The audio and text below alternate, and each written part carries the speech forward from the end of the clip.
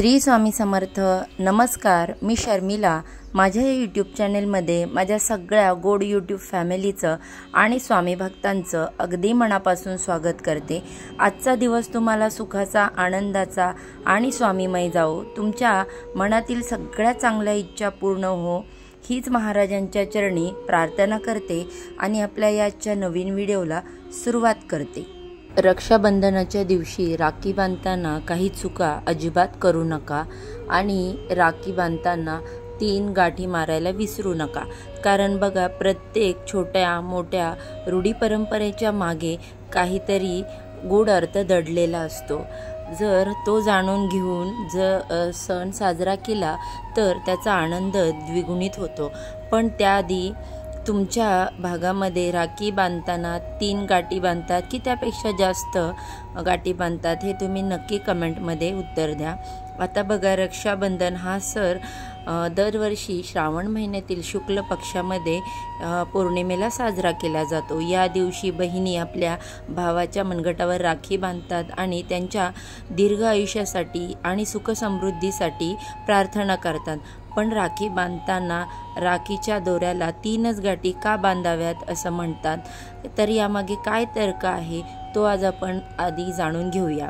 तर बघा, राखी बांधताना बहीण आपल्या भावासाठी सर्वप्रथम पाट म्हणतात। पाटाच्या भोवती सुंदर अशी रांगोळी काढतात। पाटावरती आसन घालून त्यावर भाऊरायाला बसवतात।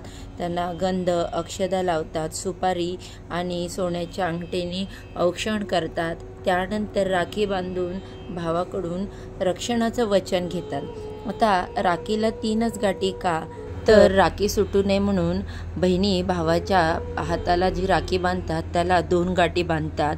तर काही ठिकाणी या जागी 3 गाठी बांधतात। तर या 3 गाठींचा संबंध त्रिदेवांशी लावला जातो। या 3 गाठी ज्या आहेत त्या ब्रह्मा, विष्णू आणि महेश यांना स्मरून बांधल्या जातात आणि या जगाचा सांभाळ हे त्रिदेव करतात आणि या त्रिदेवांनी आपल्या भावाचे रक्षण करावे, त्याच्यावर कृपादृष्टी ठेवावी, त्यांचं स्मरण करून म्हणून या 3 गाठी बांधल्या जातात असं सांगितलं जातं। शिवाय असं सांगितलं जातं किंवा मानलं जातं की मनगटावर बांधलेल्या गाठींचा संबंध हा पवित्र नात्याच्या ऋणानुबंधाशी असतो। राखीची पहिली गाठ भावाच्या दीर्घायुष्यासाठी, दुसरी गाठ बहिणीच्या दीर्घायुष्यासाठी आणि तिसरी गाठ भाऊ बहिणीच्या नात्यात गोडवा आणण्यासाठी बांधली जाते। तर यंदा रक्षाबंधनाचा मुहूर्त शनिवारी 9 ऑगस्ट 2025 रोजी आहे। श्रावण पौर्णिमा शुक्रवारी 8 ऑगस्ट रोजी दुपारी 2:12 सुरू होत आहे आणि शनिवारी रोजी 9 ऑगस्ट दुपारी 1:24 पर्यंत पौर्णिमा तिथी समाप्त होत आहे। तर 9 ऑगस्टची 2:11 पंचक सुरू होत आहे, म्हणून पौर्णिमा कालावधीत किंवा पंचक सुरू व्हायच्या आधी रक्षाबंधन करावं असं सांगितलं जातं।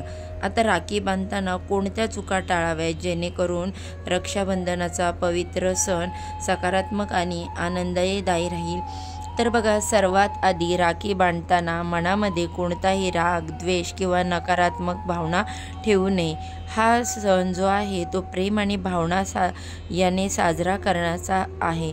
तर बघा, त्यामुळे मन शुद्ध आणि सकारात्मक असावं। राखी बांधण्यापूर्वी हात स्वच्छ धुवावे आणि शक्य असल्यास स्नान करावं। अशुद्ध अवस्थेत राखी बांधणं टाळावं, कारण हा सण किंवा हा विधी खूप पवित्र आहे। राखी बांधण्यासाठी शुभ मुहूर्त पाहणं खूप महत्त्वाचं आहे। भद्रा काळामध्ये राखी बांधणं अशुभ मानलं जातं, त्यामुळे पंचांग तपासून आणि योग्य तज्ज्ञांचा सल्ला घेऊनच योग्य वेळ निवडावी। राखी बांधताना बहीण भाऊ यांनी पूर्व किंवा उत्तर दिशेकडे तोंड करून बसावं। चुकीच्या दिशेने बसणं टाळावं, कारण यामुळे विधीचा प्रभाव कमी होऊ शकतो। एवढंच नाही तर राखी नेहमी उजव्या मनगटावरती बांधावी, डाव्या हातावर किंवा इतर ठिकाणी बांधू नये। राखी स्वच्छ आणि सुंदर असावी, कुठेही तुटलेली नसावी, छान अशा रंगाची असावी। या पद्धतीने राखी घ्यायची आहे किंवा काळ्या रंगाचा धागा जो आहे तो घ्यायचा नाही। आणि त्यानंतर बघा सगळे जे आपले विधी आहेत ते पूर्ण करायचे, म्हणजे टिलक लावायचा, औक्षण करायचं, त्यानंतर गोड पदार्थ खाऊ घालायचा आणि मग राखी बांधायची. कोणतीही घाईघाई करू नये. राखी बांधल्यानंतर भाऊ बहिणीच्या रक्षणाचं वचन देतो. हे फक्त औपचारिकसाठी वचन नसून ते मनापासून पाळण्याचा प्रयत्न करावा. वचन मोडणं किंवा त्याकडे दुर्लक्ष करणं अयोग्य आहे. शिवाय राखी बांधताना बहिणीनं भावाला आणि अपशब्द बोलू नये किंवा मग वाद टाळावेत.